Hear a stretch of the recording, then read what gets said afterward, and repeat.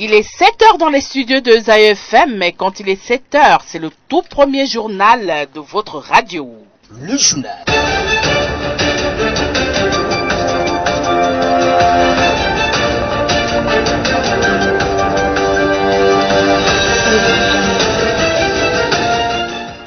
Pour ce tout premier journal au niveau de la radio de l'excellence, c'est Sabine Kikbadé qui va vous présenter ce journal. Bonjour Sabine. Bonjour Tatiana, chers auditeurs, bonjour. Merci de nous préférer pour vous informer. À la technique Raoul Santos, au micro Sabine Kikbadé. Bienvenue dans ce journal dont voici les titres.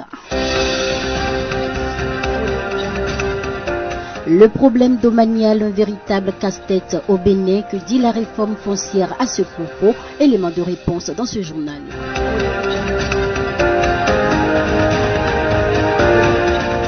Désormais, tous les organes de presse doivent se conformer à la loi organique en vigueur au Bénin. C'est une décision de la Haute Autorité de l'Audiovisuel et de la Communication HAC. En quoi consiste cette décision? Les précisions dans cette édition. Voilà pour le sommaire.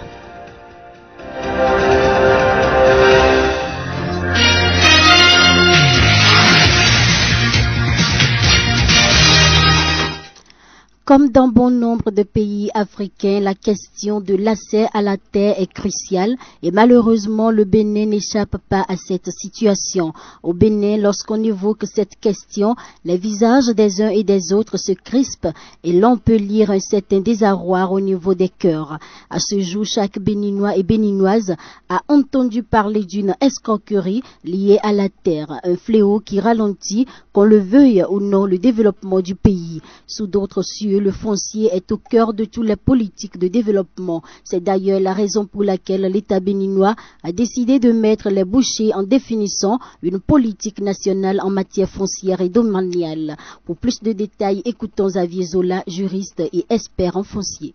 Si vous sortez de cette formation, vous avez une idée quand même claire des grands principes qui fondent la décentralisation au Bénin. Ensuite, nous allons parler des objectifs.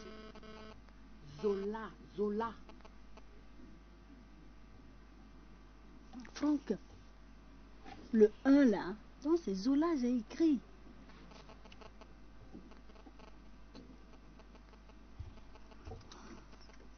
On n'a pas de développement à la base. C'est de la décentralisation. Non, mais c'est pas ici, ça commence à partir d'ici.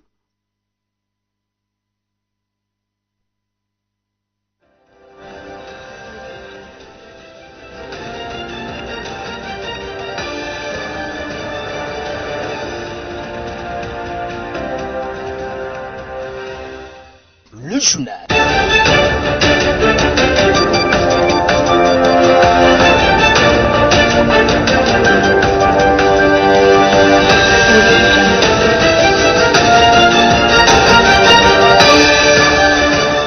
Mesdames et messieurs, toutes nos excuses pour cette erreur technique. Nous continuons cette édition. Et comme je le disais, comme dans bon nombre de pays africains, la question de l'accès à la terre est cruciale et malheureusement le Bénin n'échappe pas à cette situation. Au Bénin, lorsqu'on évoque cette question, les visages des uns et des autres se crispent et l'on peut lire un certain désarroi au niveau des cœurs. À ce jour, chaque Béninois et Béninoise a entendu parler d'une escroquerie liée à la terre, un fléau qui ralentit, qu'on le veuille ou non, le développement du pays. Sous d'autres cieux, le foncier est au cœur de toutes les politiques de développement. C'est d'ailleurs la raison pour laquelle l'État béninois a décidé de mettre les bouchées en définissant une politique nationale en matière foncière et domaniale. Pour plus de détails, écoutons Xavier Zola, juriste et expert en foncier. Il n'y a pas de politique de développement à concevoir, à mettre en œuvre. Si vous ne réglez pas la question du foncier, surtout quand vous parlez d'aménagement du territoire, quand vous parlez de production agricole, donc pour faire l'agriculture, il faut vraiment, les investisseurs ne viendront faire l'agriculture que lorsqu'ils sont sûrs qu'ils ne vont pas commencer demain, on va remettre en cause leurs droits de propriété ou bien les baux qu'ils auraient fait. Quand vous parlez donc d'état civil, pour être sûr de l'état civil de quelqu'un, il faut pouvoir le localiser. Donc les questions d'adressage. Aujourd'hui nous avons des adressages multiples et multiformes. Les géomètres utilisent leur adressage. Vous allez voir l'eau, temps, parcelle, temps. Vous allez dans les services des régies fonciers urbains, ils ont le QIP, quartier îlot-parcelle. Vous avez maintenant ce qu'on voit dans nos villes, notamment à Cotonou, il y a Porte-Nouveau, il y a Commun, l'adressage rue entrée de parcelles. Donc les adressages se multiplient. Tout ça a amené un certain nombre de forces sociales à entamer des consultations qui ont amené l'État béninois à définir une politique nationale en matière foncière et domaniale. Et cette politique nationale qui a été adoptée en juin 2011 a abouti à l'adoption et à la mise en œuvre de la loi numéro 2013-01 du 14 août 2013 portant code foncier et domanial en République du Bénin. Il faut donc noter que ce code est venu unifier la législation foncière et domaniale en République du Bénin. Donc il y a un seul code qui régit tout ce qui concerne le foncier et le domanial en République du Bénin depuis donc, le 14 août 2013. La réforme foncière qui est en cours dans notre pays doit être suffisamment divulguée et les populations doivent mieux être informées parce que l'acquisition des terres intéresse tout le monde et à cet effet, le législateur a prévu certains dispositifs. Des dispositifs que nous énumère ici l'expert en foncier Xavier Zola. Aujourd'hui, le législateur a prévu un dispositif à deux niveaux. Toujours s'assurer de ce que celui qui veut vendre une parcelle, une terre, un bien immeuble, est le propriétaire. Vous ne pouvez pas vendre ce qui ne vous appartient pas. Pour s'assurer justement, le vendeur, soit il dispose d'un titre foncier, ou il dispose de ce que le code a appelé un acte de présomption de propriété, c'est-à-dire un acte qui présume qu'il est le propriétaire. Ou soit, il a un des actes que je vais citer, il y a l'attestation de détention coutumière. Ça, c'est une innovation de la réforme donc, du code foncier qui peut être délivrée sur ces parcelles. C'est après une enquête publique qui est sanctionnée par un PV. La modification du code qui est intervenue l'année passée, en 2017, a donné cette compétence au commun. Donc, c'est au maire que le requérant adresse une demande si il veut donc se faire établir son attestation de détention coutumière et le maire fait organiser l'enquête par la structure villageoise de gestion foncière. Quand l'enquête est concluante, le maire va vous délivrer donc l'attestation de détention coutumière. Donc, il y a l'attestation de recasement quand vous êtes en zone lotie. Il y a les avis d'imposition des 3 dernières années. Il y a le certificat administratif. Il y a le certificat foncier rural dans les zones où il y a eu le plan foncier rural, le PFR, qui a été établi. Et il y a le certificat d'inscription. Donc ça, c'est les actes que le code qualifie d'actes de présomption de propriété. C'est ça qui atteste qu'il est propriétaire ou qu'il est présumé propriétaire avant qu'il ne passe à la vente.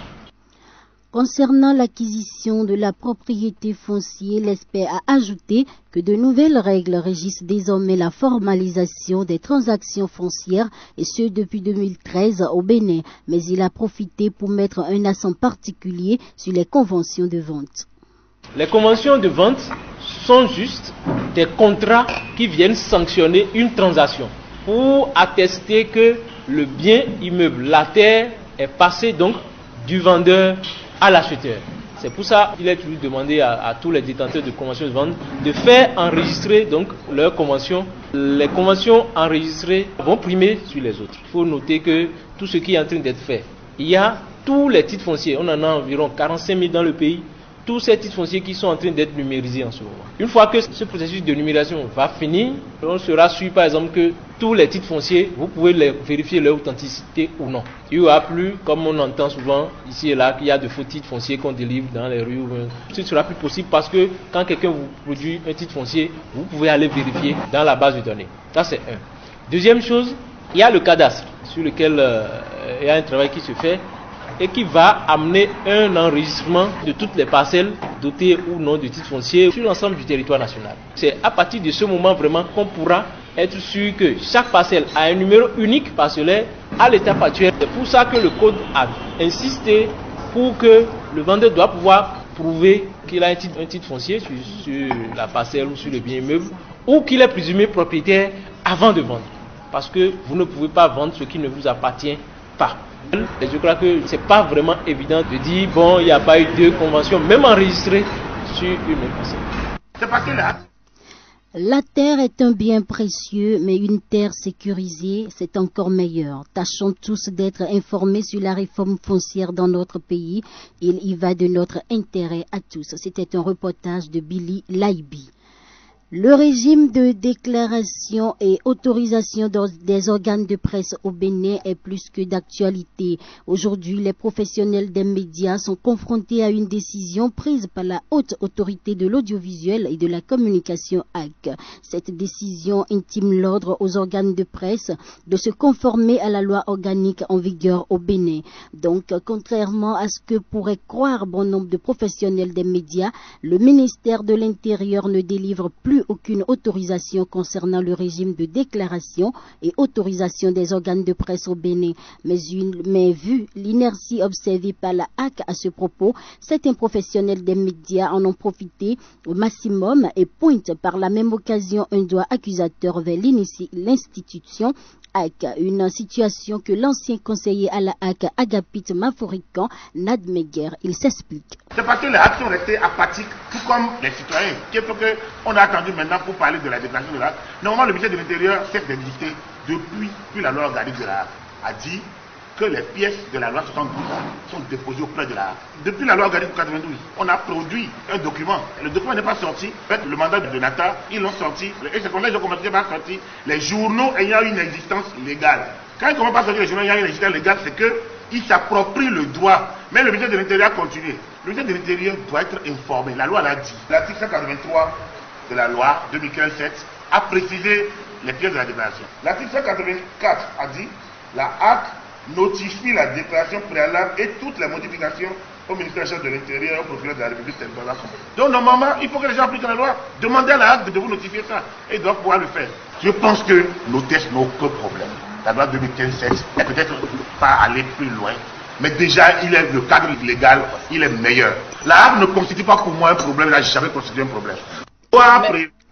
Aujourd'hui, il n'est pas du tout opportun pour les professionnels des médias de s'en prendre à la HAC, a-t-il expliqué. D'ailleurs, Agapit Maforikan ajoute que par rapport à la dite loi, les associations fertières sont les courroies de transmission d'informations entre la HAC et les professionnels. Il revient ici sur la loi et déplore aussi le manque de culture des journalistes. On a prévu les régimes de déclaration et d'autorisation. Par rapport aux journaux qui ont existé, l'article 341. Cette loi-là, c'est l'une des rares lois qui a suivi un processus participatif dans son évolution. Regardez les annales de l'annonce des médias.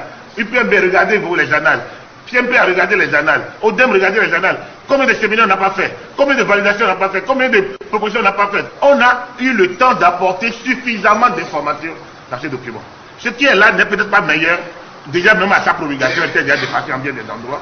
Mais nous avons eu le temps. Maintenant, si nous-mêmes, on ne lit pas, si on a une absence chronique de culture, si on est individualiste, si on est incapable de nous prendre en charge en nous jetant pied mais lié à la HAC, on ne peut pas aujourd'hui dire que les pouvoirs publics sont responsables du ci ou de ça. Et à la HAC n'a pas manqué de fustiger le comportement peu orthodoxe des hommes des médias et le manque d'initiative dont ils font preuve. Nous sommes une profession qui veut se faire prendre en charge en tout lieu. Aucune initiative, aucune envie de se rendre indépendant. Et après, on dit oui, c'est les autres. Non, ce n'est pas les autres, c'est nous. Donc cette loi est une des rares qui a été prise de manière participative. Je le dis, je le dis. Et donc, on ne peut pas faire un procès aujourd'hui à la loi. Dans l'absolu, la loi est d'application stricte. Nous sommes une profession qui veut se faire prendre en charge en tout lieu. Aucune initiative, aucune envie de se rendre indépendant. Et après, on dit oui, c'est les autres. Non. Ce n'est pas les autres, c'est nous. Donc cette loi est une des rares qui a été prise de manière participative. Je le dis, je le dis. Et donc, on ne peut pas faire un procès aujourd'hui à la loi. Dans l'absolu, la loi est d'application stricte. Il était au micro de Tatiana Aranda. Le développement local a un contenu grâce aux objectifs de développement durable définis par les nations en 2015.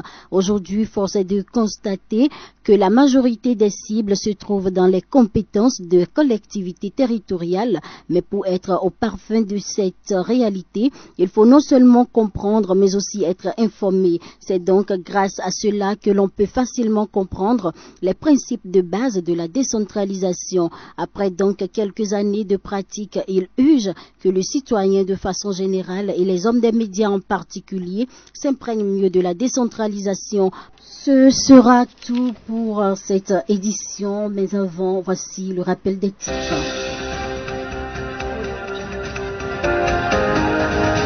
Le problème domanial, un véritable casse-tête au Bénin. Que dit la réforme foncière à ce propos? Vous avez eu les éléments de réponse dans ce journal. Désormais, tous les organes de presse doivent se conformer à la loi organique en vigueur au Bénin. Une décision de la haute autorité de l'audiovisuel et de la communication. En quoi consiste cette décision? Les précisions ont été données dans cette édition. La mise en onde a été assurée par Raoul Santos. À la présentation, Sabine Kikadi. Bonne journée à toutes et à tous en compagnie de la Voix de l'Excellence. Excellente journée à vous sur l'UCE Radio. La page Afrique.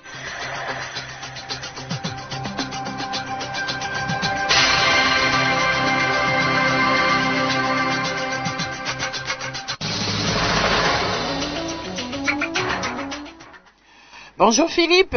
Bonjour Tatiana. C'est à lui que revient la lourde tâche de nous présenter les nouvelles africaines ce matin et nous commençons par le Togo. Oui, au Togo, les 14 partis composant l'opposition étaient mercredi, n'est-ce pas, dans la rue de Lomé.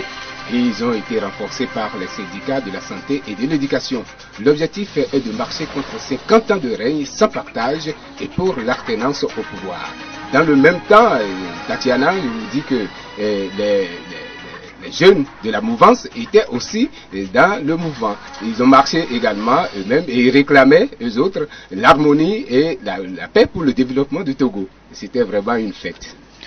Au Mali, 2 soldats maliens ont trouvé la mort à Gao. Oui, à Gao, 2 soldats maliens ont trouvé la mort. Leur véhicule est passé sur une mine. C'était à Bouel. N'est-ce pas que ça s'est passé? Et alors, d'autres personnes ont connu, n'est-ce pas, des bois par rapport à ça. En Congo RDC, le gouvernement demande l'extradition du général Don Chikamu. Oui, le gouvernement congolais demande l'extradition de John Timangou, actuellement dans les mains de la justice tanzanienne. Ayant connu une démobilisation volontaire il y a 12 ans, ce général congolais s'était déclaré opposant du pouvoir en place. Il avait promis avoir la peau du président Désiré Kabila. Pour le moment, la Tanzanie résiste à la demande d'extradition de Congo. Au Kenya, le gouvernement ne prend pas acte de l'investiture de Raila Odinga. Oui, Tatiana, au cours d'une conférence de presse tenue hier à Nairobi, le ministre de l'Intérieur, Fred Matiang'i, a qualifié la cérémonie d'investiture de Raila Odinga, n'est-ce pas, d'acte de destitution du gouvernement en place. Alors, les chaînes qui ont relayé cette information ou cet événement, alors, sont sanctionnées. Ils ont été suspendus. On va au niveau du vieux continent où la Société nationale des chemins de fer de France est condamnée à payer 180 millions d'euros à chacun des 848 Chibanis exploités. Oui, plaignant, n'est-ce pas, contre la forme d'exploitation dont ils ont été victimes vis-à-vis de SCF, n'est-ce pas? Il y a dans les années 1970 et 1980, 848 Chibani, n'est-ce pas, ont eu gain de cause. Les cheminots marocains sont des cheminots marocains. Ils ont reçu chacun, ou on a promis leur donner chacun 180 000 euros. C'est le verdict de la Cour d'appel de Paris qui a condamné la Société des chemins de fer de France de discrimination. Alors, les survivants et puis les avocats ont crié victoire. Restons toujours en France où Mathieu Gallet est relevé de ses fonctions. Oui, malheureusement, le responsable de Radio France, bien sûr, est démis de ses fonctions. Alors, cette décision a été prise hier par le Conseil supérieur de l'audiovisuel français. Mathieu Gallet, c'est ça, c'est son nom effectivement. Donc, il a été, n'est-ce pas, responsable de l'Institut national d'audiovisuel. Et c'est là qu'il avait connu une légèreté. Il a, n'est-ce pas, il a donné de marché sans suivre l'ordonnance en la matière. Et c'est ça qui le frappe aujourd'hui. Terminons par la Cisjordanie. El Fati risque 12 ans de prison ferme. Oui, El Fati risque 12 ans de prison. Elle a été arrêtée parce qu'elle a giflé 2 soldats israéliens. Alors, cette adolescente de 12 ans a écopé 12 chefs d'accusation. Alors, actuellement, elle serait sous le coup de la loi. Merci beaucoup Philippe, on se retrouve pour le 13h. Merci. Page Afrique.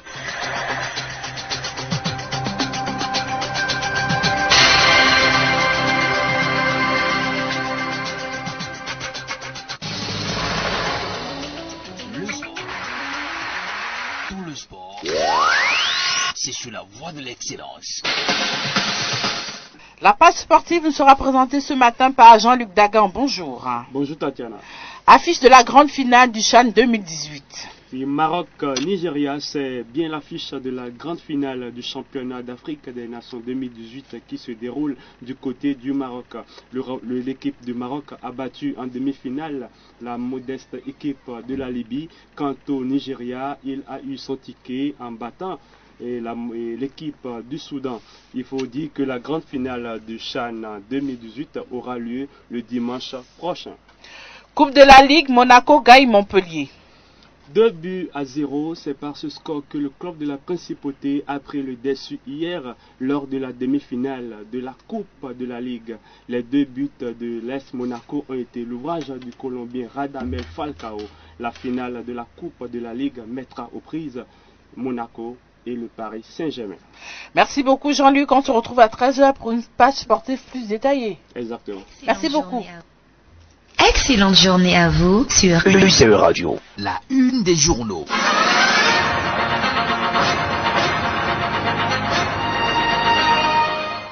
Nous commençons cette une des journaux par le Béninois libéré, avalanche de critiques et de fausses accusations contre Talon. Qui sera finalement bon pour nous, s'interroge le Béninois libéré. Le Canard de Ménotin, fraternité pour sa part, titre en manchette, construction d'infrastructures de développement, l'aéroport de Glodjibé, Talon donne le top le 20 février prochain. Le grand jury, pour sa part, nous dit ceci, fin de la grève dans le secteur de la justice, 28 jours de défalcation guettent les magistrats. Le Nokwe, pour sa part, informe prétendue mauvaise gestion financière au Parlement par Maître Adrien Ngbeji, des clarifications du secrétariat général de l'Assemblée nationale. Info Plus, pour sa part, nous dit vaine polémique autour du salaire des collaborateurs du chef de l'État. Les usines à Intox reprennent du service. Autre titre à la manchette de Info Plus, consommation efficiente et efficace des crédits du ministère de l'enseignement secondaire. Maounion Capo résolu à atteindre ses objectifs. Notre temps, après 28 jours de grève des magistrats, qu'en est-il du droit des justiciables abusés et ignorés? Terminons par Matin Libre, 13 mois après le lancement du PAG, où sont les 5000 premiers logements sociaux? Ce sera tout pour la revue de ce 7h. Nous nous retrouverons à 10h pour une revue plus détaillée.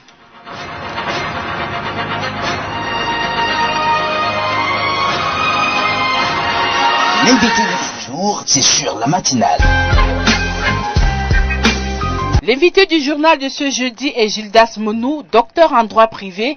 Il est également spécialiste des questions du droit de travail, des normes internationales du travail. Reçu par Jean-Luc Dagan, l'invité parlera au cours de cette interview du droit de grève en République de Bénin.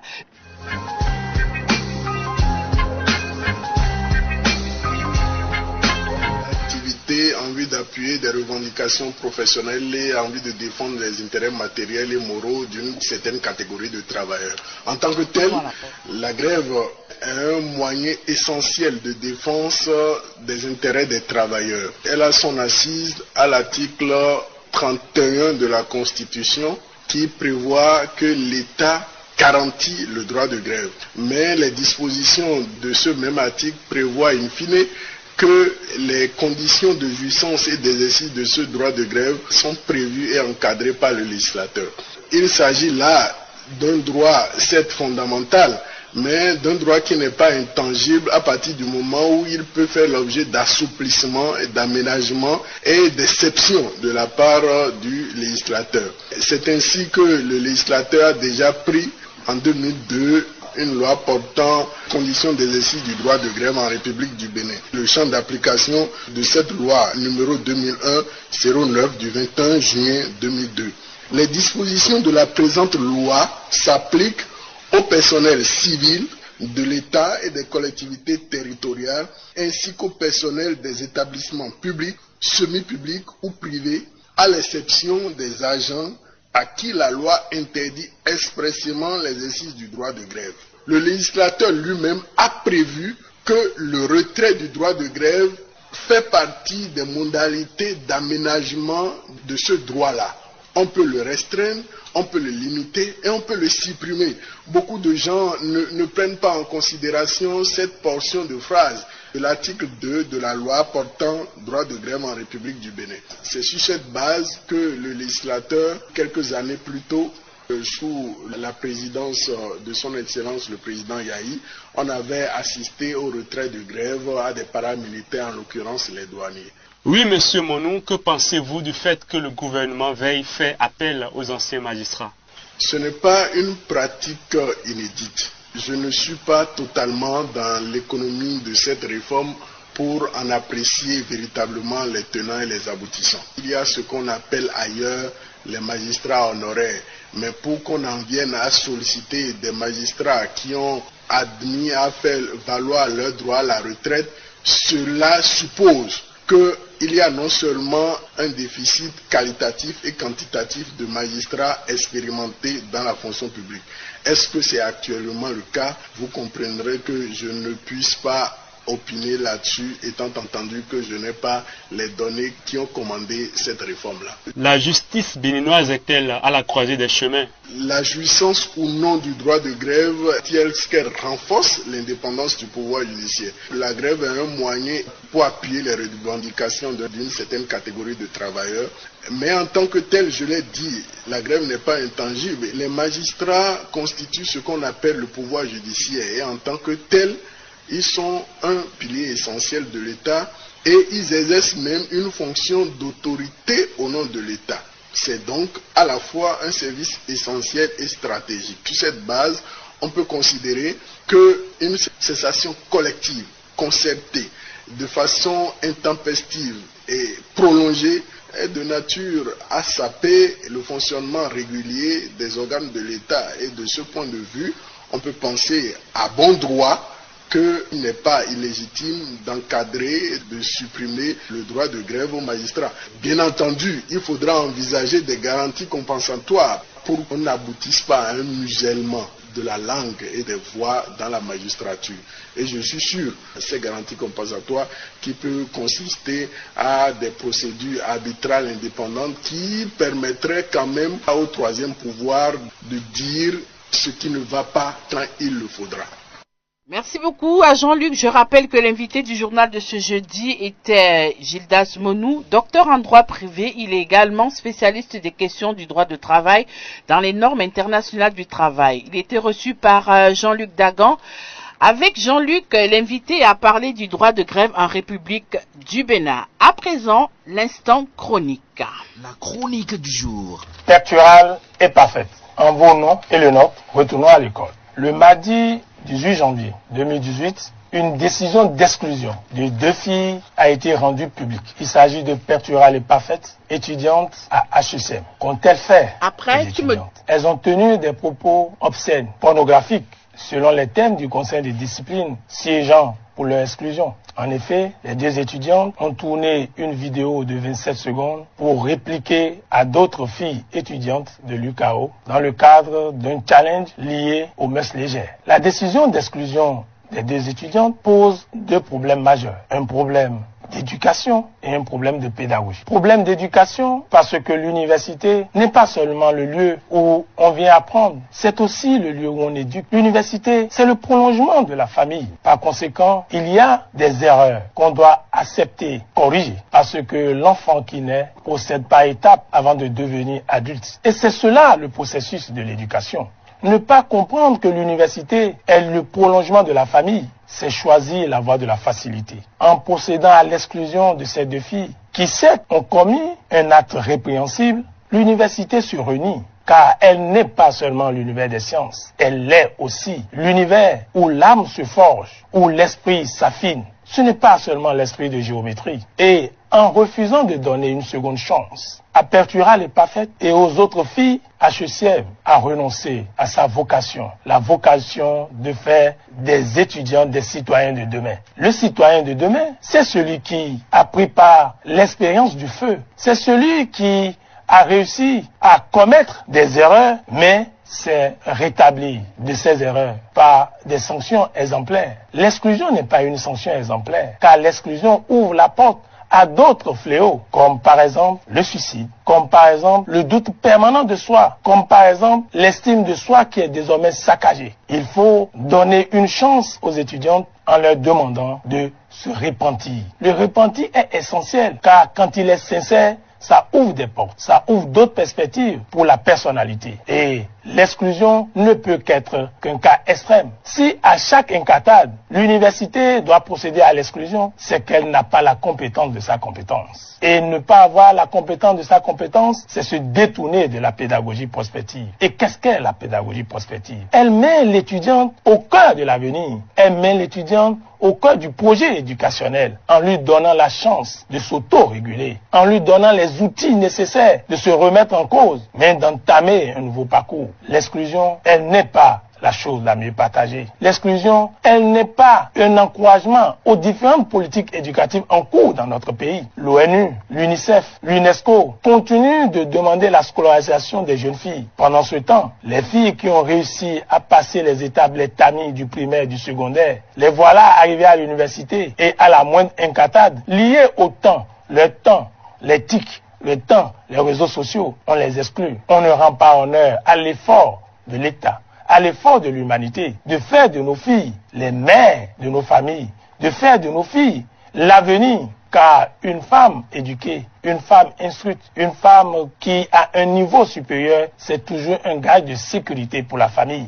Voilà pourquoi il ne faut pas désespérer de Pertural et Parfaite en leur donnant une seconde chance, en leur permettant de retourner à l'école, en leur permettant d'être demain des femmes qui éduquent, car en les excluant tels que les conseils de discipline extraordinaires l'ont fait, on les propulse dans la rue, on les propulse sur les pavés, on les propulse vers le désespoir. Et ce sont des enfants, des milliers d'enfants qu'on vient aussi d'exclure de l'éducation. Il est temps de se rattraper par humilité, par engagement, par patriotisme et aussi par amour pour les femmes. Il est donc temps que les universités puissent aller à la rencontre d'elles-mêmes, entamer le nouveau parcours du discours, celui de ramener la femme au cœur de l'éducation. Ramener la femme au cœur de l'éducation, c'est procéder à une seconde lecture des décisions d'exclusion. Pertural, Parfaite, Richnel, elles ont besoin de retourner à l'université. Si les universités faillissent à ce devoir, il appartient à l'État, régulateur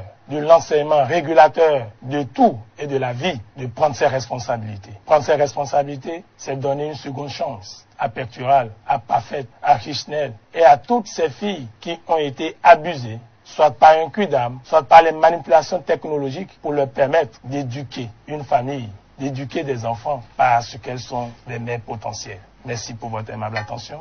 Merci beaucoup à toi, Herbert Onigo. Je rappelle que l'éditorialiste s'est prononcé au sujet de l'exclusion des étudiantes suite à leur vidéo pornographique. Alors, pour en débattre ce matin dans ce studio, j'ai avec moi Modeste Adani, bonjour. Bonjour Tati. Jean-Luc Gadji, bonjour. Bonjour Tati. Et Yves Lokossou. Bonjour Tati. Alors Modeste, je te cède mon fauteuil. Merci Tati de me céder votre fauteuil. Une fois encore, nous voulons dire bonjour à tous nos auditeurs parce que ce sont eux qui font que nos programmes ont du sens ici. Et sans vous répéter, je reçois pour décrypter donc cet éditorial de l'éditorialiste Herbert Onigo et Jean-Luc Gadji évidemment et Yves Lokossou. Alors Yves Lokossou, vous avez suivi cet éditorial. L'éditorialiste est très clair dans ses propos. Il n'approuve pas la décision du conseil de discipline de HECM qui exclut Pertural, Richnel et Parfaite. Est-ce votre avis? Merci Modeste. Alors, moi j'ai un avis contraire par rapport à l'éditorialiste. À mon humble avis, cette décision est salutaire. Dans la mesure où le premier jour que moi j'ai eu connaissance de cette vidéo, j'étais énervé comme une guêpe. On devrait aller au-delà du renvoi, les envoyer dans un poste de police pour les donner. des coups de fesses. Je dis bien des coups de fesses. Et sinon, ces filles, à la longue, seront capables d'exposer leur corps à la vente aux enchères des pachas qui viendront nourrir leur libido et faire monter leur orgasme au paroxysme de l'excitation. Et j'ai également comme impression qu'il n'y a pas de personnes âgées. Et pour ces filles, pour les enseigner quand même les plus élémentaires des politesses. Et je ne saurais dire m'aide à cette décision, mais je dis tout simplement amen. Alors, Modeste, l'école, vous n'êtes pas sans savoir que l'école n'est pas quand même un lieu de pornographie. Donc, je salue cette décision. Merci. Vous saluez cette décision, voilà, qui est claire. Il prend juste le contre-pied de la position de l'éditorialiste. Jean-Luc, est-ce que c'est votre position aussi? Merci Modeste. Moi je pense tout de suite que c'est une décision. En fait, c'est une plume que je respecte au passage. C'est un aîné. Je me rappelle quand j'étais encore dans les couloirs de la presse universitaire, c'est ces gens de personnes qui venaient nous donner des formations. Donc je salue la plume de Hébert. C'est une plume que je respecte, je l'ai dit. Et puis cette affaire de Bangala, ça a fait trop de dégâts. Ça a commencé d'où? Ça a commencé par deux filles de UKO qui étaient en uniforme et qui ont imité une scène de dessin animé. Et quand moi j'ai vu quand je vois ce que ça a eu pour par la suite dans les médias, sur les réseaux sociaux, on a saccagé ces filles-là, on les a sapé proprement le moral, on est allé trop loin. En plus, pour répondre à ces filles, on a vu des filles de HCM dont vous parlez justement, dont elle parle dans sa chronique, et ces filles qui ont peut-être, parce que elles, on a vu de l'amateurisme, on a vu des filles qui n'étaient même pas en uniforme, mais qui avaient vraiment envie de jouer avec le nom de leur école. Ça, on s'entend. Parce qu'ils ont même cité HECM. Les autres n'ont même pas cité IKO. Elles étaient juste en uniforme. Mais les filles de HECM ont dit, nous à HECM, nous apprenons, nous ne suçons pas pour ne pas être un peu vulgaire. Donc elles ont été loin. Ça s'entend. Mais à côté de ça, même le bon Dieu ne veut pas la mort du pécheur. Le bon Dieu ne veut pas la mort du pécheur. Elles ont fait ce qu'on peut réprimander. Elles ont fait quelque chose qu'on ne peut pas supporter parce qu'elles ont même, on a derrière leur intention, on sent qu'elles ont l'intention de salir le nom de leur école. Mais à côté de ça, il y a l'éducation. À côté de ça, il y a la repentance. À côté de ça, il y a le rôle de l'université d'assurer, disons, au-delà de l'éducation, de donner le savoir-être, le savoir-vivre en société. Et puis c'est de ça il s'agit en fait. C'est de ça il est question. Et puis c'est pour ça que nous sommes là. Parce que nous, en tant que journalistes, il faut quand même savoir que nous avons un rôle d'orienter. Nous ne sommes pas des donneurs de leçons, certes. Mais nous avons quand même le rôle d'éclairer. Aujourd'hui, on parle des politiques d'éducation, on parle des politiques de mise des filles à l'école. Et puis les institutions internationales supportent ça proprement. Alors, donc dans ce contexte-là, on ne peut pas quand même encourager le renvoi des filles, on ne peut pas quand même encourager la mise dans la rue des filles qui ont eu le mérite de faire un parcours scolaire, qui ont eu le mérite de faire le primaire, le secondaire et l'université. Alors si je vous comprends bien, ça veut dire que vous soutenez l'éditorialiste. Vous êtes de son bord de toutes les façons. Alors, et tout le monde le sait aujourd'hui, hein, cette vidéo qui a été tournée, c'était une forme d'atteinte à la pudeur, hein, c'était une forme d'atteinte à nos bonnes mœurs. Alors, est-ce que vous soutenez ça? C'est clair qu'on ne vient pas dans les médias, on ne vient pas devant un micro de radio d'une maison qui se respecte comme Esaü pour venir soutenir la pornographie, pour venir soutenir cette manière de s'exhiber là. Oui, je vous ai posé cette question parce que j'ai l'impression que vous n'êtes pas d'accord avec l'exclusion. Vous trouvez que l'exclusion elle est trop dure. Qu'est-ce qu'il fallait faire? Cela ne veut pas dire qu'elles n'ont pas commis un acte qu'on peut réprimander. L'exclusion, elle est juste dure, c'est tout. Si vous renvoyez les filles, c'est pourquoi moi, quand je prends du recul, quand je vois la forme de la chronique, je dis que de l'éditorial, parce que l'éditorial, pardon, c'est une prise de position d'un organe. Et quand je vois la forme, je me dis, et quand je constate, quand je sais que Esaü c'est une école, je dis que c'est une position qui est bien prise. Parce que Esaü, au-delà du groupe de presse que ça forme, au-delà de Esaü TV, de l'informateur, il y a aussi une grande école derrière. Et une université de tu crois. Ça veut dire que c'est une position que l'université a prise pour pouvoir dire clairement que non, il faut quand même encourager les filles à évoluer. On parle de manque de femmes, on parle du taux insignifiant des femmes dans les instants de décision chez nous. le débat devient de plus en plus récurrent. Et dans le même temps, on exclut les filles. Moi, je pense que c'est une décision trop facile des HECM et ils n'ont pas voulu vraiment. Je dirais même à la limite que c'est une décision, disons, épidermique. Alors Yves Lokossou, vous soutenez cette décision du conseil de discipline de HECM. Encore alors, la décision du conseil de discipline de cette école est légitime et fondée pour vous? Alors, merci Modeste encore une fois, et je soutiens Bodicus et Beck avec cette décision est prise par ces autorités. Alors, permettez-moi de revenir rapidement sur ce que Jean-Luc a dit. Il dit bien que le bon Dieu ne veut pas la mort du pécheur. Mais si vous ne voulez pas mourir, il ne faut pas pécher. Il ne faut pas pécher. C'était juste une parenthèse. Alors, et pour répondre maintenant à votre question, je dis que je suis très content de cette décision parce que il faudrait qu'on arrête avec ces balivernes dans ce pays. On envoie justement les filles à l'école pour étudier et non pour parler de Bangala. Affaire Bangala, ça ne donne pas une bonne image à ce pays. Ça sent mauvais alors. Ça sent mauvais, ça pue, ça sent mauvais. Donc je pense que cette décision elle est salutaire et je la soutiens quand même. D'accord, Jean-Luc, ne trouvez-vous pas aussi que cette dérive de comportement, ces écarts de conduite sont des résultants, des corollaires, des ratés de l'éducation de base? Non, quand vous posez le problème de l'éducation, vous posez un grand problème, vous posez un problème global. Et puis l'éducation, ça ne se limite pas à l'université. L'éducation, c'est depuis la maison, et puis la maternelle, le primaire, et puis le secondaire, enfin l'université. Et au-delà même de l'université, nous avons la vie de tous les jours. Donc,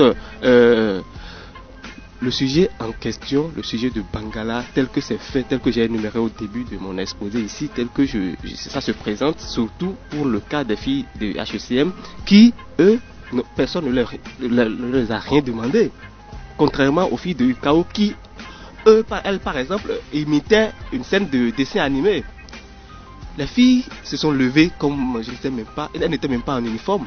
Elles se sont levées pour pouvoir s'exhiber. Moi je condamne ça. Elles ont sali le nom de leur école. Mon discours est clair. Mais quand j'ai fini de condamner, quand j'ai fini de dire que ce n'est pas bien pour l'image, non seulement de leur école, parce qu'une école c'est des investissements, c'est une communication pour pouvoir tenir dans le temps et pourquoi pas dans l'espace. Mais là vous ne répondez pas encore à ma question. Maintenant, pour revenir à votre question, il faut quand même avoir de la compassion pour ces filles-là. Il faut quand même savoir que au-delà des gaps qu'on peut commettre dans la vie, et il faut. Je disais tout à l'heure que la décision était épidémique parce que il y a des dérives. Le conseil d'administration se réunit dans la foulée, et on siège et on prend une décision pour exclure. Mais pour exclure, moi je pense que c'est trop facile. Au-delà de l'exclusion, qu'est-ce qu'on fait pour ces filles-là? Après, on les renvoie dans la société, on les renvoie pour qu'elles puissent continuer leur affaire de Bangala dans les rues. Et je pense mais elles ont choisi, Jean-Luc, elles ont choisi. Elles ont choisi quoi? Elles ont choisi la rue quand même. Parfois, on fait des erreurs plus graves que ça, et puis on se repent, et puis on devient utile à sa société. Le problème, c'est que quand on les renvoie comme ça, on les jette à la rue, et puis il n'y a pas un dispositif mis en place, pour pouvoir contenir, pour pouvoir quand même les reprendre, pour pouvoir les recaser. Il n'y a pas, c'est ça justement le problème dont il s'agit ici. Écoutez Jean-Luc, si on ne renvoie pas ces filles, alors les autres filles vont commencer par faire pire. Dans les établissements privés. Je crois que nous allons évoluer dans le débat. Oui, on vous aura compris, nous allons évoluer dans le débat. Alors, l'éditorialiste a également invité le conseil de discipline de HECM à une relecture de la décision pour donner une seconde chance à ses étudiantes. Et est-ce que vous souscrivez à cette exhortation, Yves Lokossou? Non. Non. Moi, je suis vraiment sévère par rapport à ce qui s'est passé. Je dis non tout simplement parce que je l'ai dit tout à l'heure, et il faudrait quand même que la sanction soit due pour permettre à d'autres étudiants de ne plus répéter les mêmes erreurs. Mais je souhaiterais donc que ça soit une sanction appliquée et non seulement à HECM, mais à l'UKO. Toutes les filles qui ont répété ces balivernes doivent être sanctionnées sévèrement et dur. Alors, à l'UKO, on n'a pas encore exclu, mais on a sanctionné quand même. Et je pense que là, on est beaucoup plus objectif. Ça, c'est mon point de vue, de toutes les façons. Voilà, je voudrais quand même que UKO aussi prenne ses responsabilités pour renvoyer tout simplement ces filles. Et que vont-elles devenir si on les renvoie? Mais je l'ai dit tout à l'heure. Elles ont choisi à faire Bangala, donc elles vont continuer les Bangala dans la rue. C'est ce qu'elles ont choisi. Je suis désolé. Jean-Luc Gadi, est-ce que vous souscrivez à cette exhortation de l'éditorialiste qui exhorte, sinon qui demande donc au conseil de discipline de HCCM de procéder à une relecture de cette décision? Moi, je pour vois donner une seconde chance à ces filles. Filigrane cette position de l'éditorialiste comme, disons, une main tendue pour ces filles-là. Peut-être, pourquoi pas à Esaü, parce que c'est une école aussi, je ne sais pas. Ok, donc... non, je vous rappelle qu'à Esaü, nous, on est mieux éduqués pour... Non, c'est de l'éducation, il s'agit. Non, mais partout, on est bien éduqués, hein. Dans les universités aussi, on est bien éduqués. L'éditorialiste est en train de faire, disons, et de plaidoirie pour pouvoir quand même voir dedans, comme on le dit dans nos langues nationales, voir dedans pour ces filles-là. Donc, à partir de ce moment-là, on peut quand même voir dans la position de l'éditorialiste une position de tout faire, une position qui encourage à pardonner, une position qui encourage à prendre du recul. Comme quoi, quand une situation se pose, quand une situation imprévue surtout se pose comme ça, on ne prend pas une décision, disons, dans la foulée, on prend toute sa tête froide et puis on voit les pour et le contour de cette décision. Donc vous êtes pour la relecture de la décision aussi, vous? Je suis pour qu'on réintègre ces filles-là d'une manière ou d'une autre dans le système éducatif, c'est tout. Et nous tendons pratiquement vers la fin de ce débat, mais une dernière question pour vous, Jean-Luc.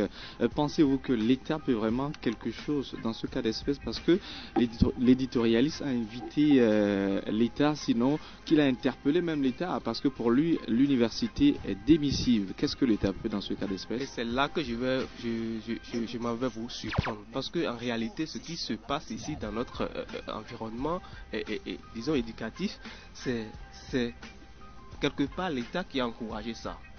L'État qui a encouragé ça tout simplement parce que très récemment, on a assisté à l'exclusion de 21, je sais si ma mémoire est bonne, étudiants de l'université, des universités nationales du Bénin, parce que ils ont eu, par exemple, à protester, à manifester. Moi, je pense que les décisions d'exclusion, c'est des décisions excessives. Si le privé arrive on arrive là aujourd'hui, c'est peut-être l'État qui leur a montré le chemin. C'est peut-être l'État qui leur a montré que à la moindre dérive, on peut exclure, on peut se défaire des étudiants pour les jeter dans la rue. Aujourd'hui, on parle de phénomènes sociaux. Aujourd'hui, on parle de Boko Haram. Aujourd'hui, on dénonce des vices dans la société, mais dans le même temps, on encourage les jeunes qui ont quand même une certaine conscience à aller à l'école, qui ont une certaine conscience à apprendre, jusqu'à l'université, s'il vous plaît. Dans les autres pays que nous citons souvent en exemple, ça ne se passe pas comme ça. Quand vous en arrivez à exclure des étudiants, mais vous avez un dispositif pour quand même les canaliser, parce que en réalité, quand on débourse des milliards dans la sécurité, mais c'est le début de l'insécurité en fait. Quand vous renvoyez à tout va les étudiants, les apprenants des universités, quand l'État se lève sur disons un coup de tête pour renvoyer 21 étudiants du système éducatif national, je pense que quand on n'a pas un dispositif pour suivre ça débouche forcément dans le vice.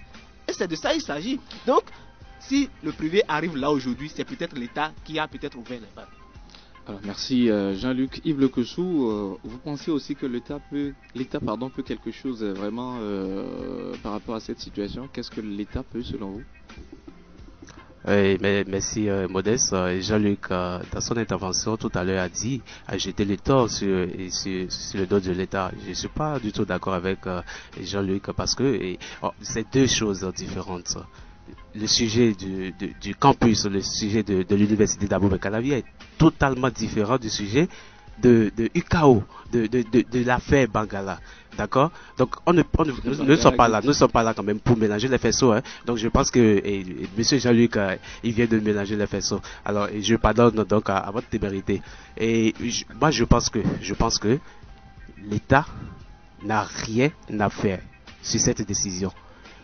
L'État doit encourager tous les établissements à sanctionner sévèrement. Mais c'est déjà quelque chose à sanctionner faire sévèrement. de la part de l'État. Écoutez, à sanctionner sévèrement et ces filles ou ces étudiants qui commettent des actes aussi malsains. Voilà.